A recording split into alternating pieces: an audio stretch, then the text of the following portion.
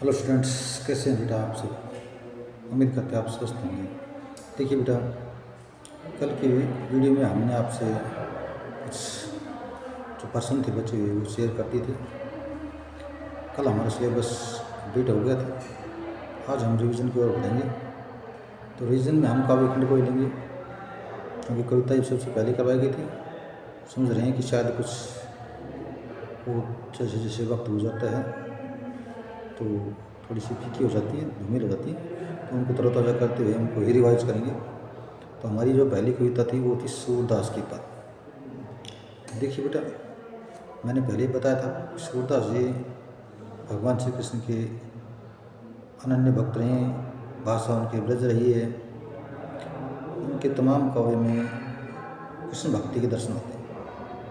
तो यहाँ भी उनकी एक कविता है, पद नामक कविता है, जिसमें उन्होंने भगवान श्री कृष्ण की भक्ति से संबंधित बातों का उल्लेख किया कि किस प्रकार से गोपियाँ भगवान श्री कृष्ण के वियोग में तड़प रही थी और उद्धव उनको योग ज्ञान का संदेश देने के लिए जाते हैं।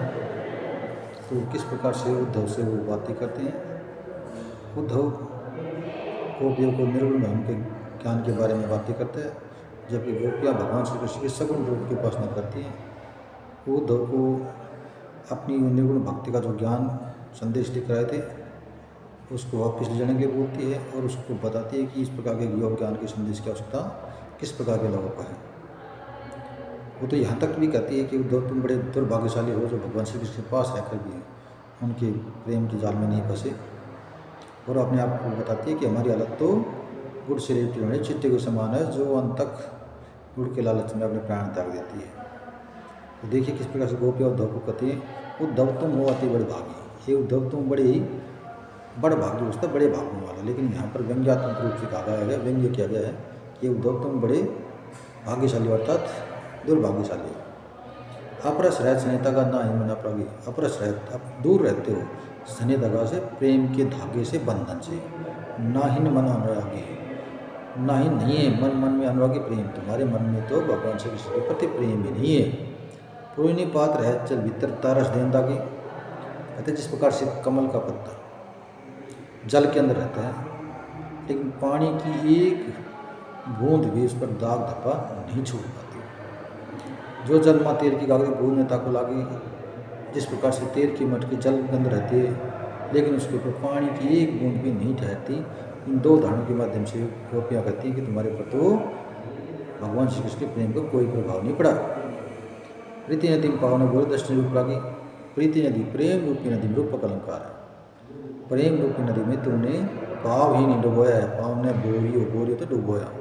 तुमने प्रेम रूपी नदी में प्रेम ही पाव ही डुबोया है, अर्थात तुमने प्रेम करना ही नहीं सीखा है। दृष्टि न रूप रागी, प्रागुति पार की। तुम्हारी नज़र तो रूप के पार की नहीं है, रूप को परखने वाली नहीं है कि भगवान श्री कृष्ण का रूप कौन सा रूप है। तुम तो भगवान श्री कृष्ण के रूप को ही नहीं परख पाए। सूरदास अबला हम भौरी गुड़ चाटू जो पागे। सूरदास जी कहते हैं गोपिया उद्देश्य कहने लगी, अबला हम भौरी, हम तो भोले भाले अबलाएँ हैं, निर्बल नारियाँ हैं। अबला होती निर्बल नारी। गुड़ चाटो जो पागे, जैसे गुड़ से लिपटी रहने वाली पाग होती चिट्ठी, जैसे गुड़ से लिपटी रहने चिट्ठी होती है, उसी तरह से हम तो भोली भाली अबलाएँ हैं। अर्थात जिस प्रकार से चिट्ठी गुड़ के लालच में अपने प्राण त्यागती है, उसी प्रकार हम भगवान श्री कृष्ण के बिना नहीं रह सकते हैं। तो इस प्रकार से ये उद्धव का एक भगवान श्री कृष्ण के प्रति सूरदास का एक पद था। तो आज की इस वीडियो में हम इतना ही पढ़ेंगे, नेक्स्ट कल पढ़ेंगे। तब तक के लिए आप क्या करना है कि सूरदास की पद नामक कविता की जो प्रश्न है उनको रिवाइज कर लेना और पीछे का जो होमवर्क है उसको पूरा कर लेना। नोटबुक कंप्लीट मिले, जल्द ही आपकी क्लासेस शुरू होने वाली हैं। तो तब तक अपना कार्य प्रॉपर ढंग से करके इस कविता का रिविजन करके इस प्रश्न को याद करके लेके आए बेटा। Thanks, have a nice day.